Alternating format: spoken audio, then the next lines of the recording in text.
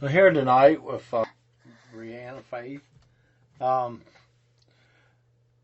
how did you get started in the music industry? Well, I've been a huge into music my whole life. I grew up singing along with children's TV shows and things like that. But I really took it seriously when about like fifth or sixth grade. I started getting into vocal lessons, and my vocal coach helped me strengthen my voice a lot, taught me all the proper techniques and stuff. And then she was also the same person who got me my live gigs. And so I was around 12 when I started performing live shows. I did festivals, charity events, like car shows, all kinds of things, contests and competitions. So that's kind of where I started that. And then I just went uphill from there.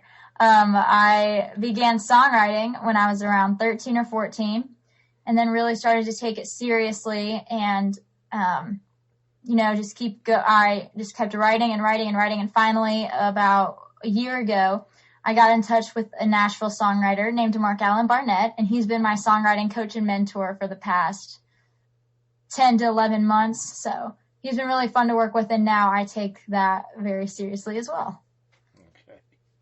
What can you say about your first music teacher, like in school or something like that? Music in school for me, like in middle school, it wasn't taken as seriously as I wanted to take it. It was more like just like a regular class for middle schoolers to take. But in high school, my music teacher was a lot of fun. I took choir and I took theater. But my choir teacher really taught me a lot as well, as far as like breathing techniques and performance, like structure and facial expressions and things like that. So I owe a lot of credit to him as well. So it was fun though. High school was mainly just like fun. Okay. How would you describe your music that you created? The music I create, I do a lot of different genres. So I write Christian, I write pop, and I write country. The majority of what's out there right now is country pop style stuff. So I would kind of compare it to like a little bit of maybe Kelsey Ballerini or Maren Morris, but I also get a lot of inspiration from Taylor Swift's old country type style stuff. So it's along those lines. Okay. We're going to play your song, Routine. Oh, yeah, Routine.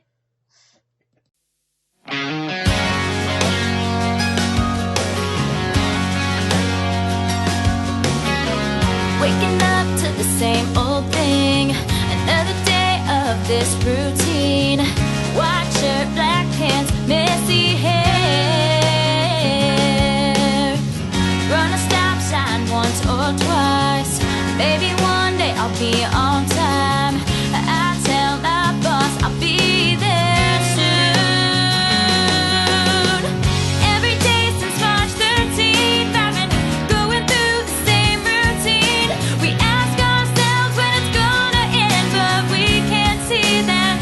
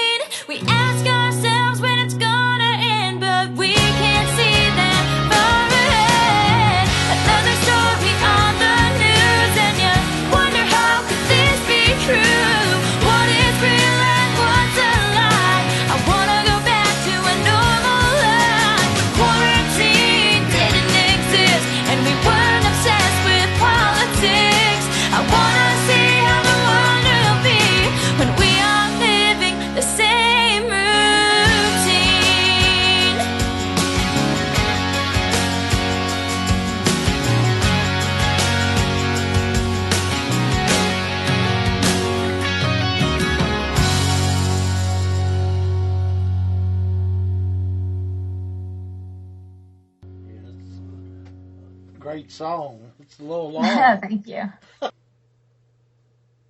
How do you get your fans to and the audience energized? I usually use a little bit of humor in my shows to get like a little bit of an audience reaction. So I remember this one specific time I was singing a song I wrote about kind of finding a career path after high school, and I called it Person I Want to Be. And I kind of had like, not like I cried a little bit during it because of how sad and emotional I was about not knowing what to do after high school. And then I gotten some bad news about a program I applied for. And so the next song I did was a transition to Ironic by Alanis Morissette, because it's ironic how I figured out who I wanted to be and then I got a rejection letter. So it was, I kind of used that as a way, or like I might have broken a guitar string in the middle of a show and I'll just keep playing. I mean, that's what you got to do. And I use a little bit of humor, kind of a little bit of wit if I come up with it. I also try to keep the audience engaged with a variety of music. Like I said, I do all my originals, but I also like to mix it up with some pop, some country. I've done some classic rock. I've done some 40s and 50s hits. I just think having like a variety of stuff keeps, something for every audience member to enjoy. Musician do you admire the most and why? I would say Taylor Swift because, like I said, variety is huge. She has so many different genres that she writes. I mean, country and pop and alternative. She just won Grammy Album of the Year for Folklore, which is different than what she's done in the past. She's done pop, and then she did early country. And like I said, I just think her early country music, it's very rock, like not rock, but like very upbeat and fun. And that's kind of the vibe I want to have. And then I also admire her for her songwriting abilities. I think she's so talented when it comes to her lyrics and the way she uses metaphors in songs and her details. And she really makes them relatable. And I like that a lot about her. Okay. Do you create for yourself or to your fans? Ooh, that's a hard question. I've never been asked that before. That's interesting. When you think about it, I guess it would be more for myself, but there was one time I created a song for another person's fans. His name is Hunter Lott, and he has a song called That Guy, and it was about how the girl in high school didn't want to be with him. He wanted to be with that guy, and Hunter just wasn't that guy.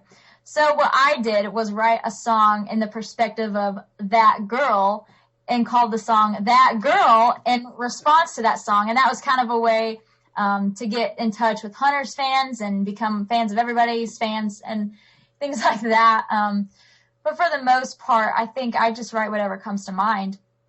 If I'm driving to work and I'm like, God, I'm so sick of doing this every single day. I want a new routine. I was like, oh, boom, song idea. So, and it kind of fit with what the times were like, and with the pandemic and everything like that. It was just something I feel like people could relate to this.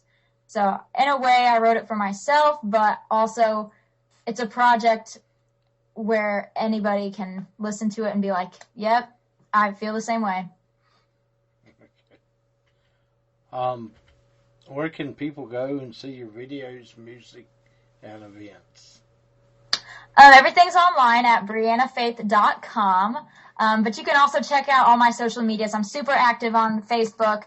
And then I also have Twitter and an Instagram. You can check those out. And then my music's all on Apple Music, Spotify, Google Play, Amazon, everything that has music, YouTube. So really everything, but definitely check out my website, breannafaith.com, and then, of course, my Facebook as well. Okay. What do you like the most about being a musician?